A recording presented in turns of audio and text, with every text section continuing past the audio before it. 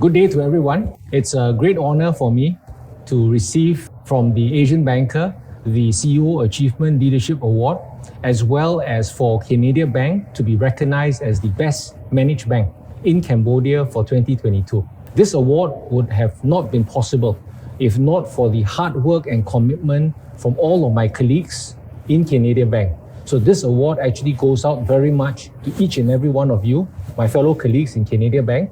I also want to say a big thank you to our chairman of the board of directors, as well as my senior management team for their wisdom, for their guidance, as well as for their support throughout these years. And this award is also a testament to the strong emphasis that we place on customer experience as well as being customer-centric. So this award also goes out very much to each and every one of our customers. We want to say a big thank you to all our customers in Cambodia for making Canadia Bank your trusted partner, your best partner in banking for the last 31 years. And we certainly want to remain relevant, continue that strong relationship we have with each and every one of you.